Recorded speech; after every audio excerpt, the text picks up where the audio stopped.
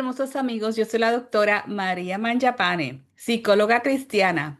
Me gusta usar este canal para la gloria de Dios y Él puso en mi corazón que hiciera un estudio bíblico y así lo estoy haciendo por tópicos. El tópico de hoy es la Pascua, cuando el pueblo hebreo finalmente sale de Egipto.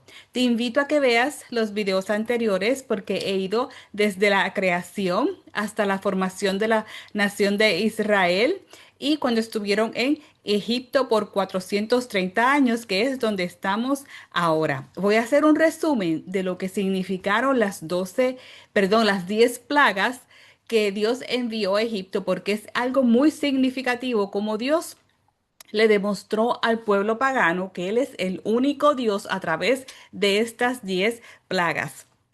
La Biblia es la historia de amor de Dios con nosotros, los seres humanos.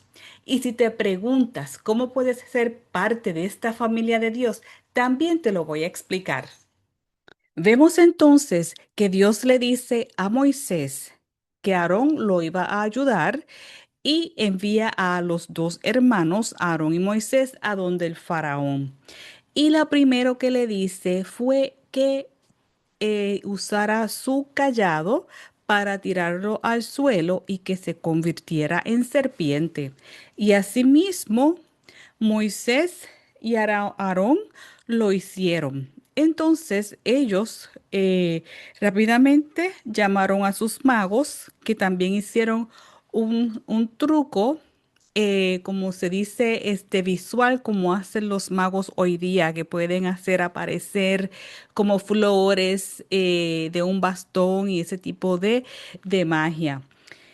Y luego de eso, Moisés, quien se había criado con este faraón, crecieron juntos en el palacio, eh, le dice que deje ir a su pueblo a adorar a Dios y hacer sacrificios en el desierto. Pero el faraón se negaba. Y como el faraón no quería dejarlos ir, pues Dios le dijo a Moisés que le dijera que se iba a ocurrir esta plaga, y lo que ocurrió fue que se convirtió el agua del río Nilo en sangre.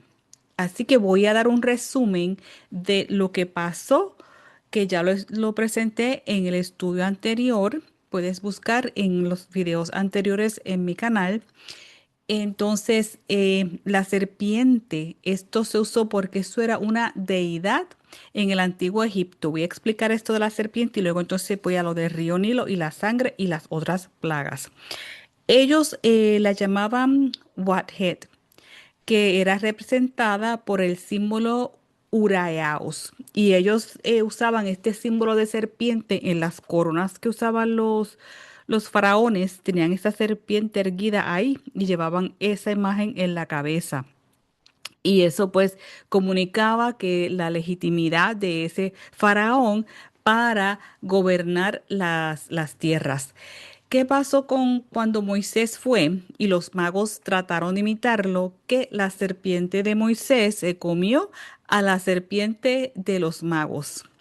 Así Dios le demostró que el faraón no tenía más poder que Dios, ni una serpiente tampoco, porque Dios fue el que creó la serpiente como un animal y por lo tanto la serpiente no era un Dios.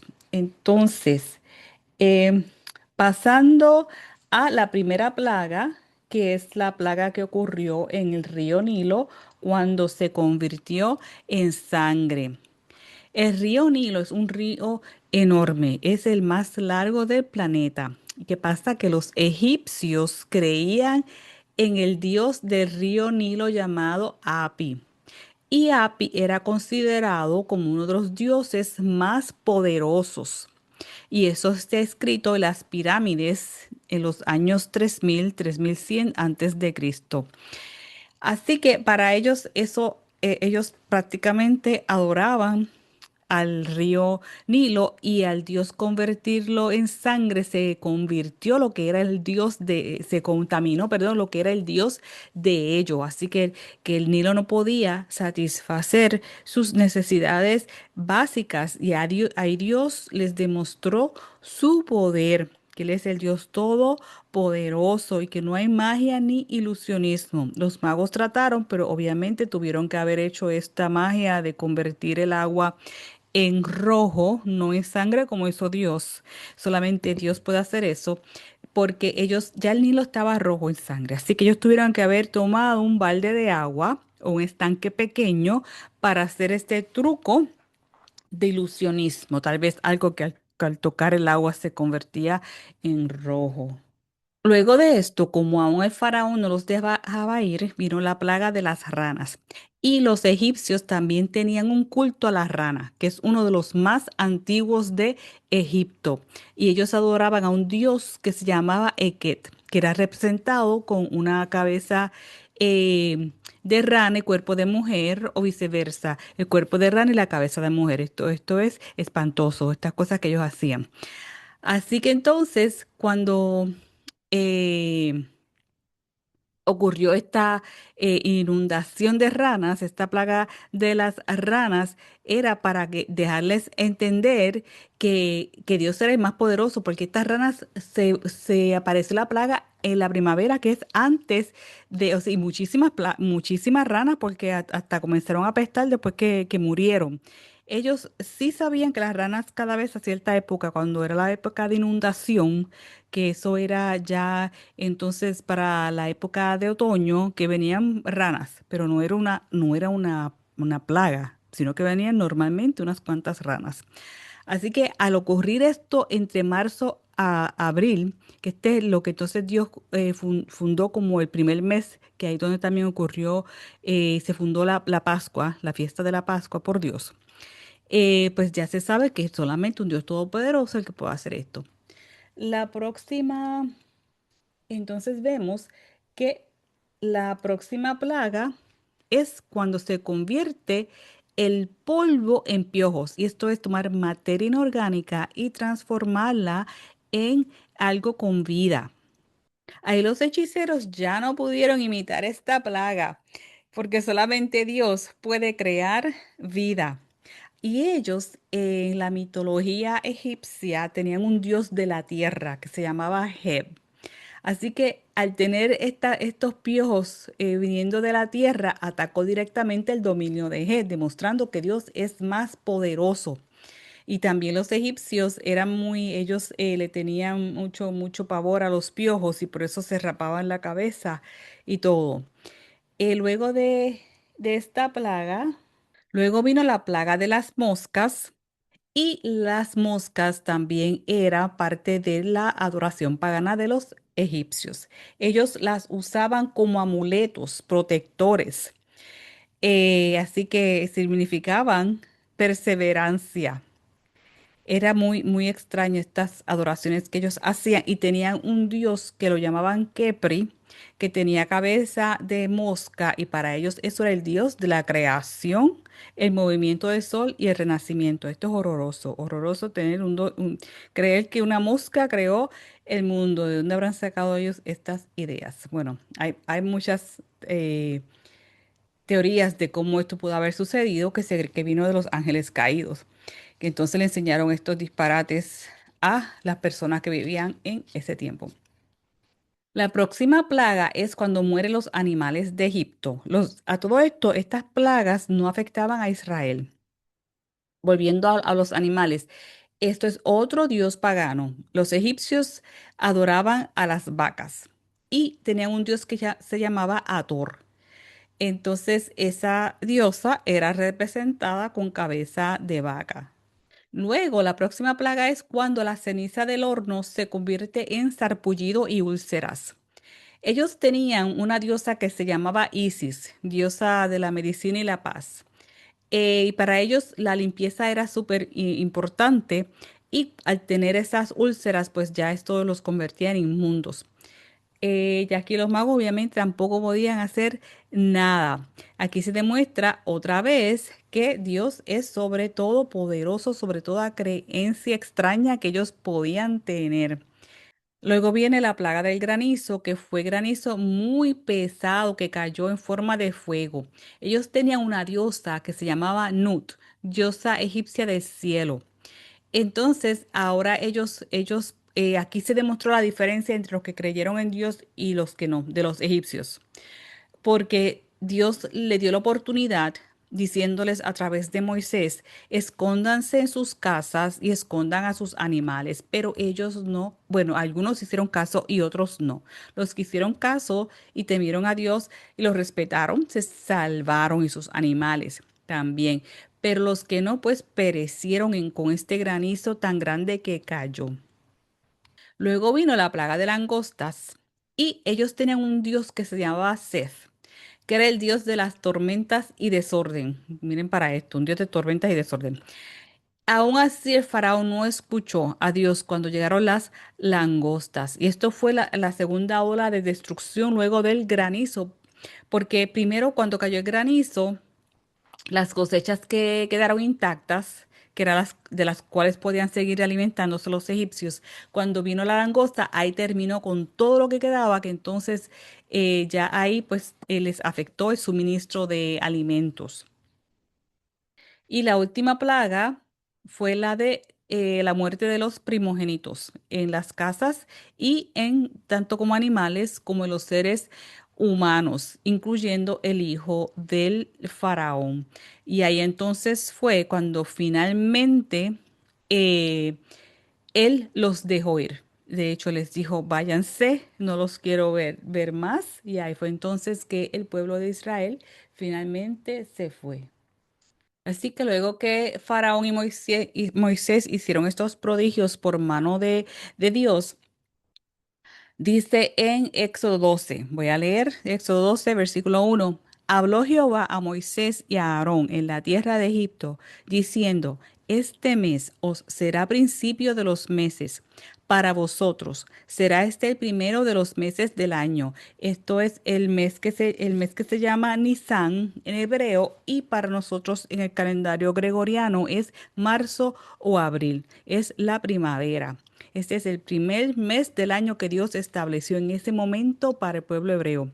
Y decía en versículo 3, hablad a toda la congregación de Israel diciendo, en el 10 de este mes tómese cada uno un cordero según las familias de los padres, un cordero por familia. Mas si la familia fuere tan pequeña que no baste para comer el cordero, entonces él y su vecino inmediato a su casa tomarán uno según el número de las personas. Y le dice que el animal será sin defecto, macho de un año. Lo tomaréis de las ovejas o de las cabras, y lo guardaréis hasta el día 14 de este mes, y lo inmolará toda la congregación del pueblo de Israel entre las 2 tardes. Y esto es bien significativo porque aquí ya esto nos está dando una visión profética de lo que iba a pasar con el mismo Hijo de Dios, con Jesús, porque dice que el sacrificio era para un animal sin defecto. Y sabemos que Jesús fue sacrificio sin defecto.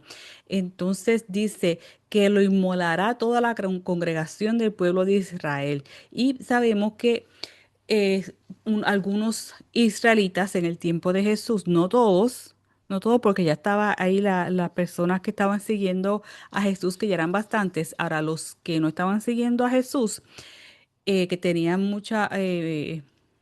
malos pensamientos en su corazón, fueron los que lo inmolaron y fue sacrificado en la cruz. Y luego continuamos en la Pascua, cuando se fundó la Pascua, en el versículo 7 de Éxodo 12 dice, y tomarán de la sangre y la pondrán en los dos postes y en el dintel de las casas en lo que han de comer. Y aquella noche comerán la carne asada al fuego y panes sin levadura. Con hierbas amargas lo comerán. Así que les está diciendo que cubran los dinteles de las puertas con la sangre del cordero sin defecto. Esto es como cuando con la sangre del sacrificio de Jesús estamos cubiertos y perdonados de nuestros pecados, perdonados de la muerte.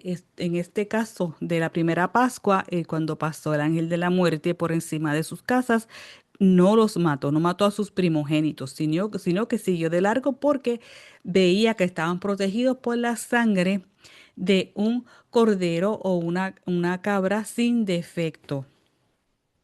Entonces les dijo que comieran eso, Dice, y lo comeréis así, ceñidos vuestros lomos, vuestro calzado en vuestros pies y vuestro bordón en vuestra mano, y lo comeréis apresuradamente. Es la Pascua de Jehová. Pues yo pasaré aquella noche por la tierra de Egipto y heriré a todo primogénito en la tierra de Egipto, así de los hombres como de las bestias. Y ejecutaré mis juicios en todos los dioses de Egipto. Yo, Jehová, y la sangre os será por señal en las casas donde vosotros estéis. Y veré la sangre y pasaré de vosotros. Y no habrá en vosotros plaga de mortandad cuando hiera la tierra de Egipto. Y este día os será en memoria y lo celebraréis como fiesta solemne para Jehová durante vuestras generaciones. Por estatuto perpetuo lo celebraréis. Así que ya Dios le está dando aquí las instrucciones de esta primera fiesta y es Pascua y sigue siendo tan significativo porque entonces profecía de cuando ocurre la Pascua en donde mismo Jesús muere. Aquí vemos esta, la primera Pascua, es un cordero sin defecto, y luego en la Pascua que Jesús muere es el hombre sin defecto, Dios mismo que vino para redimirnos de nuestros pecados, de la muerte, porque el pecado, el resultado de la muerte, no es que Dios te castiga con la muerte. Eso no, es que el resultado es la muerte. Ya Dios estableció ese fundamento así, esa ley, el fundamento lo estableció. Pecado resulta en muerte. Entonces, como ya Dios no se podía echar para atrás porque ya eso lo estableció. Según la tierra da vueltas alrededor del sol, así también hemos establecido pecado resulta en muerte. Por eso fue que él tuvo que entonces sacrificar el primer animal cuando Adán y Eva pecaron, porque ya algo, la sangre de un animal perfecto es la que los iba a redimir a Adán y Eva de ese pecado que habían hecho para que no murieran al instante. Murieron luego, de 900 años murió Adán, si no me equivoco, pero no murieron instantáneamente en ese momento. Así que es muy significativo que entonces Dios él ya no podía retractarse de su estatuto, sino que él buscó la forma de redimir y tuvo que también, eso fue con animales durante ese tiempo y el plan final era entonces la consagración con el mismo Jesús, con su Hijo. Por eso aquí esto habla de primogénitos, como estos pelados, en este caso murieron los primogénitos y luego Dios mismo envía a su primogénito, que es inmolado por los y algunos israelitas que tenían, ¿verdad? Lo malo en su corazón. Esto es muy, muy importante porque esa primera Pascua se convirtió en la Santa Convocación. También Dios estableció la fiesta de la celebración de los panes sin levadura. Y esto lo podemos comparar cuando este fue el tiempo, el día después que entonces cuando Jesús muere, que está la fiesta de los panes sin levadura y cuando resucita es la de los primeros frutos. Todas estas fiestas que Dios estableció con animales y a través de la agricultura tienen un significado muy importante en cuando llegó Jesús por primera vez y yo entiendo y creo que también van a tener un significado importante en cuando regrese, tanto para el rapto como para sentarse en el trono de Jerusalén por 1000 años. Luego Dios continúa en el versículo 25, dice, y cuando entréis en la tierra que Jehová os dará, aquí les recuerda la promesa que Dios le había hecho cientos de años antes a Abraham. Como prometió, guardaréis este rito. Así que la Pascua se seguiría guardando cuando ellos estuvieran en la tierra prometida. Y cuando os dijeren vuestros hijos, ¿qué es este rito de Jehová, el cual pasó por encima de las casas de los hijos de Israel en Egipto, cuando hirió a los egipcios y libró nuestras casas? Entonces el pueblo se inclinó y adoró. Y algo muy importante aquí es también que pues, es otra profecía en cuanto a la venida de Jesús y su sacrificio para redimirnos, que dice en el verso 44, mas todo siervo humano comprado por dinero comerá de ella, después que lo hubieres circuncidado. El extranjero y el jornalero no comerán de ella. Se comerá en una casa y no llevarás de aquella carne fuera de ella, ni quebraréis hueso suyo. Toda la congregación de Israel lo hará. Mas si algún extranjero morare contigo y quisiere celebrar la Pascua para Jehová, séale circuncidado todo varón, y entonces la celebrará y será como uno de vuestra nación. Pero ningún incircunciso comerá de ella. La misma ley será para el natural y para el extranjero que habitar entre vosotros. Y así lo hicieron todos los hijos de Israel. Así que Dios aquí les da la oportunidad también a las personas que no eran israelitas, dice aquí a los extranjeros que moraran con ellos, que si querían participar también que podían hacerlo. O sea, esta era la forma de convertirse a Dios en ese tiempo, por medio de la circuncisión y empezar entonces a hacer las celebraciones que se hacían. Luego esto, la circuncisión era para, ¿verdad? Cuando Jesús vino.